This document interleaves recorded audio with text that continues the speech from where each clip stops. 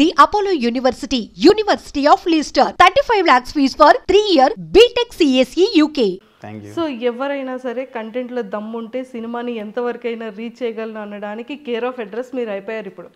అంతే, content is king అంటారు కదా, అది ఆడియన్స్ ఫైనల్గా థియేటర్కి వచ్చి చూడాలనుకునేది కంటెంట్, తర్వాత స్టార్స్ అవన్నీ వస్తారనమాట. వాళ్ళని అట్రాక్ట్ చేసేది కూడా కంటెంట్. అంతే. సో ప్రీవియస్ ఇందులో యాక్టింగ్ నేర్చుకోవడం కానీ, డైరెక్షన్ వర్క్ నేర్చుకోవడం కానీ, యాజ్ ఏ అసిస్టెంట్ డైరెక్టర్గా ఎవరి దగ్గరైనా వర్క్ చేయడం కానీ, స్క్రిప్ట్ ఎలా ప్రిపేర్ చేస్తారు, కంటెంట్ జనాలకి ఏ విధంగా కావాలి, ఈ ట్రైనింగ్ ఏమైనా తీసుకున్నారా? యాక్చువల్లీ ఏంటంటే నాకు ఇండస్ట్రీకి సంబంధం లేదు, సో ట్రైనింగ్ తీసుకోవడానికి నాకు ఎవరు తెలియదు, డైరెక్టర్స్ కానీ రైటర్స్ కానీ.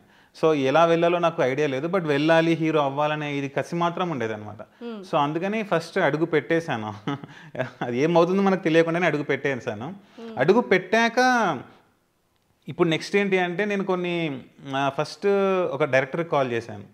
అతను ఒక 2 ఫిల్మ్స్ తీశాడు తెలుగు ఫిల్మ్ ఇండస్ట్రీలో. సరే ఇట్లా నేను హీరో అవుదాం అనుకుంటున్నాను అంటే మనకు తెలియదు కదా, సో హీరో అవుదాం అనుకుంటున్నాను, నేను ఒక స్క్రిప్ట్ రాస్తున్నాను, మరి మీరు నా దాన్ని డైరెక్ట్ చేస్తారన్న.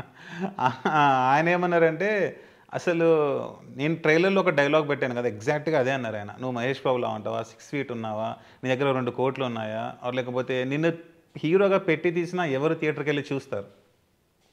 ఇది నాకు రియాలిటీ చెక్ లాగా అయిపోయింది. ఓకే, ఇది నిజమే కదా, ఇండస్ట్రీకి వచ్చిన ప్రతి ఒక్కరు హీరో అవుదాం అనుకుంటే అవ్వలేరు కదా. మన దగ్గర ఇండస్ట్రీలో ఉన్నది ఒక 5 to 10 హీరోస్ మ్యాక్సిమం, తిప్పి కొడితే ఎక్కువ లేరు మన దగ్గర. సో దానికి ఒక రేంజ్ సాధన కావాలి, ఒక జర్నీగా. ఇప్పుడు మనం దిగాము సముద్రంలోకి, ఇంకా అది పెద్ద సముద్రం అని ఇప్పుడు అర్థమైపోయింది. దెన్ నేను ఏంటంటే, సరే మనకెవరు రోల్ ఇవ్వరని నాకు అర్థమైంది కాబట్టి మనం ఫస్ట్ యాక్టింగ్ అనే ప్యాషన్ని పక్కన పెట్టేసి రైటింగ్ డైరెక్షన్ నేర్చుకుందాం. మనమే బాస్ అవుతే, మనకు మనమే రోల్ క్రియేట్ చేసుకుంటే మనం ఎవరి దగ్గరికి వెళ్ళాల్సిన అవసరం లేదు, మనం హీరో అయిపోవచ్చు. సో ఎవరి దగ్గర పవర్ ఉంటుందంటే రైటర్, డైరెక్టర్, ప్రొడ్యూసర్ దగ్గర పవర్ ఉంటుంది. వాళ్ళే డిసైడ్ చేస్తారు ఎవరు పని చేస్తారు, ఎవరు పని చేయరని. సో అదే మనం అయితే ఎలా ఉంటుందనే టైప్లో నేను ఫస్ట్ రైటింగ్ డైరెక్షన్ నేర్చుకున్నాను. అది కూడా మళ్ళీ నాకు ఎవరు తెలియదు, అసిస్టెంట్ ఒక డైరెక్టర్ని అడిగాను అసిస్టెంట్గా అని చెప్పేసి. ఆయన హైదరాబాద్ అప్పుడు నేను పూణేలో ఉండే అనమాట, అక్కడ జాబ్ చేస్తుంటే. సో హైదరాబాద్ వచ్చినప్పుడు చెప్పు అన్నాడు. హైదరాబాద్ వచ్చాక నాకు మెసేజ్ చేస్తే రిప్లై లేదు, చూశాడు కానీ. అరే ఇప్పుడు ఈయన కూడా పోయాడు, ఉన్న ఒక్క కాంటాక్ట్ కూడా పోయిందనమాట. అంటే ఎవరినైతే మనం ఇందులో జాయిన్ వచ్చాము.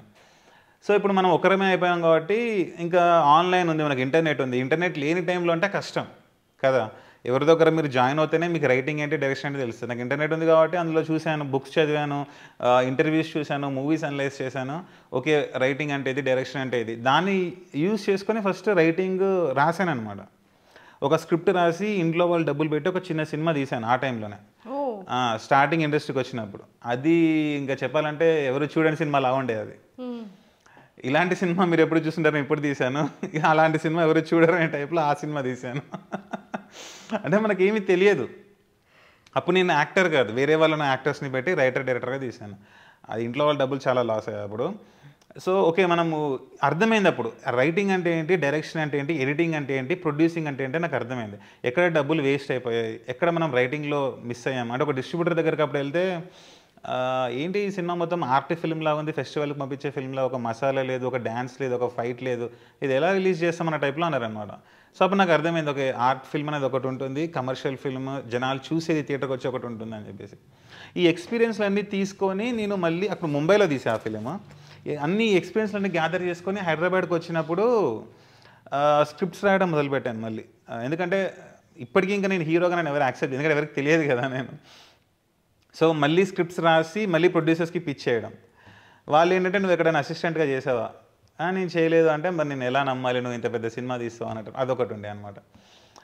ఒకరు నమ్మింది ఎవరు అంటే యూవీ క్రియేషన్స్ వాళ్ళు. యూవీ క్రియేషన్స్ వాళ్ళకి నేను ఒక సైన్స్ ఫిక్షన్ స్క్రిప్ట్ రాసి, ఆ సైన్స్ ఫిక్షన్ స్క్రిప్ట్ని ఎవరికైనా స్క్రిప్ట్ వినిపిస్తే నీకు ఎక్స్పీరియన్స్ ఉందా అది ఇది అని అడుగుతున్నారు, ఇలా కాదని చెప్పేసి ఆ స్క్రిప్ట్కి స్టోరీ బోర్డ్స్ వేయించా. ఒక 1100 షార్ట్స్ స్టోరీ బోర్డ్ ఆర్టిస్ట్ దగ్గర కూర్చొని 2 books తయారు చేశాను. ఆ 2 books యూవీ క్రియేషన్స్ దగ్గరికి తీసుకెళ్తే వాళ్ళను ఫాలో అప్ అయ్యి వాళ్ళు లాస్ట్కి ఒక రోజు మీటింగ్ ఇచ్చారనమాట టైం. తీసుకెళ్తే వాళ్ళకు ఆ బుక్స్ అన్ని ఒక్కొక్క పేజ్ ఒక్కొక్క షార్ట్ ఎక్స్ప్లెయిన్ చేశాను ఆయనకి. ఆయన అసలు ఫుల్ ఫిదా అయిపోయాడు. ఆ ముంబైలో తీసిన షార్ట్ ఫిల్మ్ కూడా చూపెట్టా. ఇది బాగుందా బాగాలేదా పక్కన పెడితే, నువ్వు ఓన్గా ప్రొడ్యూస్ చేసి తీసావు, నీకు ప్యాషన్ కనిపిస్తుంది అన్నాడు. బట్ అది మళ్ళీ ఆ టైంలో యాక్టర్ కదా, ఓన్లీ రైటర్, డైరెక్టర్. అప్పుడు హీరో ఎవరిని అనుకుంటున్నావు అని చెప్పా. శర్వానంద్, నాని, నిఖిల్ ఇలాంటి కొన్ని పేర్లు చెప్పా. బడ్జెట్ ఏందనుకున్నా 10 crores అంతా చెప్పా. ఇంకా నువ్వు ప్రభాస్ అనుకుంటా అంటావేమో అనుకున్న హీరో వీళ్ళే కదా ఓకే ఓకే అన్నారు. సరే అంతవరకు దూరం వెళ్ళింది. బట్ ఏంటంటే క్లైమాక్స్లో వాళ్ళకి చిన్న ఇష్యూ వచ్చింది. అంటే ఇప్పుడు తెలుగు సినిమాలు క్లైమాక్స్ చాలా వాయిలెంట్గా పెడుతున్నారు, నరకడాలు అవి. నేను అప్పుడు ఒక రేంజ్ వాయిలెన్స్ పెట్టాను అనమాట దాంట్లో కొన్ని ఇయర్స్ బ్యాక్. ఇంత వాయిలెన్స్ మన తెలుగు ఫిల్మ్ ఇండస్ట్రీ వాళ్ళు తీసుకోలేరు, తెలుగు ఆడియన్సెస్ చేంజ్ చేస్తాం అన్నారు అనమాట. సో అక్కడ కొంచెం నేను తర్వాత సరే చేంజ్ చేసేస్తారని చెప్పేసి ఇంకో వర్షన్ చెప్పడం అట్లా వాళ్ళకి ఎందుకో సెట్ కాలేదు క్లైమాక్స్. ఇక కాల్స్ బంద్ అయిపోయినాయి. సో అక్కడ అయిపోయాక మళ్ళీ బ్యాక్ టు జీరో అనమాట. ఇంత కష్టపడి రైటింగ్ డైరెక్షన్ నేర్చుకొని ఇంత స్క్రిప్ట్ రాసి స్టోరీ బోర్డ్స్ వేయించి ఆ హీరో అవ్వాలనే ప్యాషన్ మాత్రం అలానే ఉందన్నమాట. ఒక రోజు అవుతాం ఖచ్చితంగా, బట్ ఇప్పుడే కాదు, దానికి టైం ఉంది అని చెప్పేసి అది అలానే పక్కన పెట్టుకొని ఇంకా ఇలా ట్రయల్స్ చేస్తుంటే ఇలా అవ్వట్లేదు, ఇక ఇది కాని విషయం అని చెప్పేసి ఇంకా ఇంటి దగ్గరికి వెళ్ళి నాకు డబ్బులు ఇవ్వండి. అప్పుడు ఒకసారి పోయింది, అది నాకు తెలుసు. ఈసారి మాత్రం పోకుండా నేను మేనేజ్ చేస్తాను. నేను చాలా నేర్చుకున్నాను, కొన్ని డెమో ఫిల్మ్స్ తీసా, షార్ట్ ఫిల్మ్స్ తీసా. ఈ టైంలలో ధైర్య సాహసి అని ఒక షార్ట్ ఫిల్మ్ ఉంటుంది, యూట్యూబ్లో ఉంటుంది. అది తీసా, దానికి మంచి రెస్పాన్స్ వచ్చింది. ఇవన్నీ తీసా, నాకు ఇవ్వండి ఈసారి ఖచ్చితంగా ప్రూవ్ చేసుకుంటా అంటే వాళ్ళు ఇంకా నమ్మి, వీడికి కూడా చాలా ఇయర్స్ అవుతుంది, ఇన్ని ఇయర్స్ అవుతుంది కదా, ఇంకా సెట్ అవ్వట్లేదు వీడు, సరే తీస్తా అంటున్నాడు, చేస్తా అంటున్నాడు అని చెప్పేసి డబ్బులు ఇచ్చారు అనమాట. ఇంకా ఆ డబ్బులతో స్టార్ట్ చేసింది ఈ సింగిల్. ట్రైలర్ కట్లో ఉన్నది ట్రూ డెఫినెట్గా. సో ఇంతకీ ఏదైనా కొడుకులకి అమ్మే కదా కదా, నాన్న తిడతా, నాన్న వద్దంటారు, అమ్మ మాత్రం ఇది ఫస్ట్ టైం నీకు ఇదే లాస్ట్, నీకు డబ్బులు పోతానే నాకేం భయం లేదు కానీ నీ జీవితం పోకుండా చూసుకో అని అంటే అది నిజంగానే అంది. అవునవును, అది నిజంగానే అంది. చాలాసార్లు ఉంటుంది, నీ జీవిత కాలం నువ్వు పెడుతున్నావు దీంట్లో, జీవిత కాలం పెడుతున్నావు, ఇంకేదైనా చేసుకోవచ్చు వేరే దాంట్లో అంటే చాలాసార్లు అనేది. సో ఆ జీవితం బాగా మైండ్లో ఫిక్స్ అయిపోయి అదే ట్రైలర్లో పెట్టాను. సినిమా పోయినా పర్వాలేదు కానీ నీ జీవితం లేదు, సినిమా పోయినా పర్లేదు కానీ డబ్బులు పోతానే నాకేం భయం లేదు, కానీ నీ జీవితం పోకుండా చూసుకో. వాళ్ళకి ఏంటి అంతే కదా, అంటే మిడిల్ క్లాస్ వాళ్ళు ఎంత కష్టపడి సంపాదించినా, బీడీలు చుట్టైనా, టైలరింగ్ చేసైనా, ఏదైనా సంపాదించినా కొడుకు కోసం అన్నీ ఇస్తారు. సరే నాకు పోనీ ఇంత కష్టపడి సంపాదించినా, బట్ నువ్వు బాగుంటే చాలు, నువ్వు అది పోకుండా చూసుకో ఫస్ట్. మనీ అనేది మనం అంటే మేము ఎలా అయితే బతికామో స్టార్టింగ్లలో, లైక్ ఒక పేదింట్లో అలా, అది అలవాటైంది మాకు. సో వాళ్ళకి ఏంటి, రేపు పొద్దున ఈ మనీ అంతా పోయినా సరే మళ్ళీ మేము అప్పుడు అలా బతికాం కదా, మాకు అలవాటే, అది మాకేం పెద్ద ప్రాబ్లం లేదు, బట్ నీ లైఫ్ పోతే ప్రాబ్లం అక్కడ. సో అది వాళ్ళ అమ్మ అలా ఆమె డేర్ చేయబట్టే కదా ఇంతవరకు వచ్చాను నేను. ఆమె ఫ్యామిలీ, మా అన్నయ్య, మా అక్కయ్య, వీళ్ళందరూ ఇవ్వడం బట్టే. ట్రైలర్ చూసిన తర్వాత ఫస్ట్ రియాక్షన్ అమ్మ రియాక్షన్ ఏంటి, అక్క అన్నయ్య రియాక్షన్ ఏంటి, తర్వాత నాన్న రియాక్షన్ ఏంటి? ఓకే, యాక్చువల్లీ అమ్మ రియాక్షన్ చాలా ఉన్నాయి. ఎందుకంటే నేను ట్రైలర్ ఎడిటింగ్ చేసేటప్పుడు ఒక్కనే ఉంటాను హైదరాబాద్లో, నాకు ఫుడ్ ప్రాబ్లం అవుతుంది కదా. సో మా అమ్మ రూమ్కి వచ్చింది వండి పెట్టాలని చెప్పేసి. తను వండి పెడుతుంటే నేను ఎడిటింగ్ చేసుకునేవాను అనమాట. చూడండి అక్కడ పాపం డాడీని ఎలా ఉన్నా పర్లేదు అంటే ఆయనకు కొంచెం వంట వచ్చు, మేనేజ్ చేసుకుంటాడు. అంటే ఎంత ప్రేమ అంటే ఇది ఇంపార్టెంట్ కదా, ఈ స్టేజ్ మన కెరియర్ ఇంపార్టెంట్ కదా. సో ఎంత ఒక 10-15 డేస్ వచ్చిందనమాట. ఎందుకంటే నేను నాకు ట్రైలర్ ఎడిటింగ్ చేసింది నేనే. ఇప్పుడు దానికి చాలా కాంప్లిమెంట్స్ వస్తున్నాయి, 6 minutes బోర్ కొట్టకుండా ఉంది అని చెప్పేసి. సో అది నేను ఒక 20-25 డేస్ ఎడిటింగ్ చేశాను. ఆ 25 డేస్ తను నాతోనే ఉందనమాట, మదర్ అన్నం వండి పెట్టేది. సో ఎడిటింగ్ చేసిన ప్రతిసారి ఒక కట్ రెడీ అవుతుంది కదా డ్రాఫ్ట్, అది మదర్కి చూపెట్టేవాడిని. ఒకసారి రా నీకు కొత్త డ్రాఫ్ట్ చేశానని చెప్పేసి తను వచ్చి చూసి తనకి నీ ఒపీనియన్ చెప్పనే, నాకు ఏం తెలుస్తుంది అంటే లేదు నువ్వు ఏం ఫీల్ అవుతున్నావు చెప్తా చెప్పేది, కొన్ని చేంజెస్ చెప్పేది. ఇక్కడ కొంచెం ఇలా అనిపించింది, ఇక్కడ కొంచెం ఇలా అనిపించింది, నువ్వు ఇంకా వేరే వాళ్ళని కనుక్కుంటే బాగుంటుందిరా, నాకు పెద్దగా తెలియదు అట్లా నేను చెప్తాను అనమాట.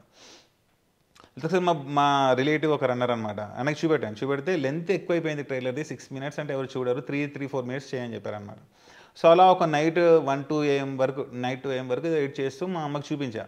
అప్పుడే లేపి లే అని చెప్పేసి ఏంట్రా అని చూసింది. అందులో కొంచెం మా ఫాదర్ డైలాగ్ కట్ చేశాను అనమాట. ఇదంతా ఇంపార్టెంట్ కాదేమో, తను అంటాడు కదా ఎందుకు వాడికి డబ్బులు ఇస్తున్నావు అని చెప్పేసి, అది ఎందుకు డైరెక్ట్ అమ్మ జీవితం డైలాగ్ పెట్టేసి అయిపోతాను. అమ్మే అన్న అనమాట, లేదు ఫాదర్ది ఉండాలి, ఇంటికి పెద్ద మనిషి, తనని తీయద్దు అంటే మళ్ళీ ఆ డైలాగ్ పెట్టడం. తర్వాత నాకు అనిపించింది షార్ట్ చేయడం అవసరం లేదు, ఆయన ఎవరో చెప్పారని చెప్పేసి. 6 minutes 6 seconds ఉంది, ఈ కంటెంట్కి ఇంత లెంత్ కావాలి, నేను రిలీజ్ చేస్తాను ఇంతే అని చెప్పేసి గట్స్ తోటి 6 minutes 6 seconds రిలీజ్ చేస్తాను. ఇంకా ఫైనల్ ట్రైలర్ చూసి అమ్మ అంటే ఎప్పటి నుంచో చూస్తూ వచ్చింది కదా, 8 minutes నుంచి ఫస్ట్ డ్రాఫ్ట్ 8 minutes 40 seconds వచ్చింది ట్రైలర్. First cut. అక్కడి నుంచి చూస్తూనే వచ్చింది 8 minutes 40, 8 minutes 7 minutes 30 seconds, 7 minutes 6 minutes 20 seconds, లాస్ట్కి 6 minutes 6 seconds.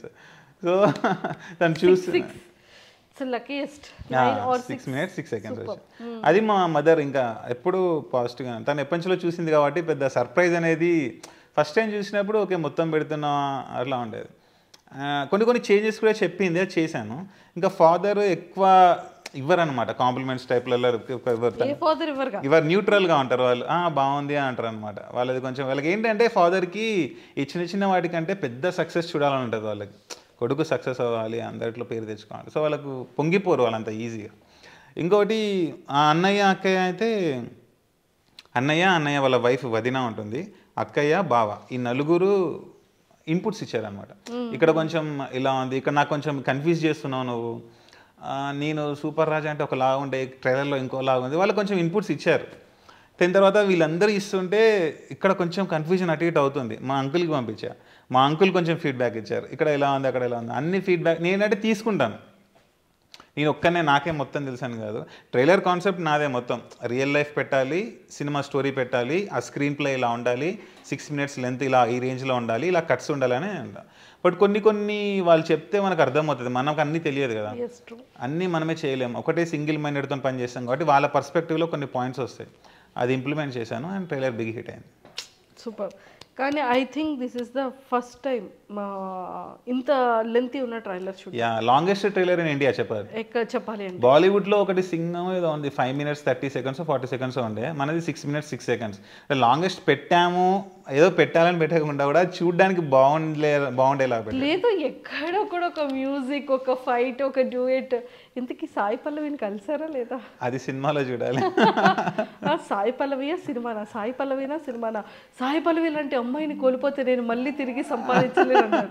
నాకు ఇప్పుడు టెన్షన్ వచ్చేస్తుంది. సాయి పల్లవిని సంపాదించలేదు అంటున్నారు, ఇతను ఇంతకీ సాయి పల్లవిని సంపాదించారా? ఇక్కడ యాక్చువల్లీ మీరు చెప్పిన పాయింట్లోనే ఉంటుంది సినిమా.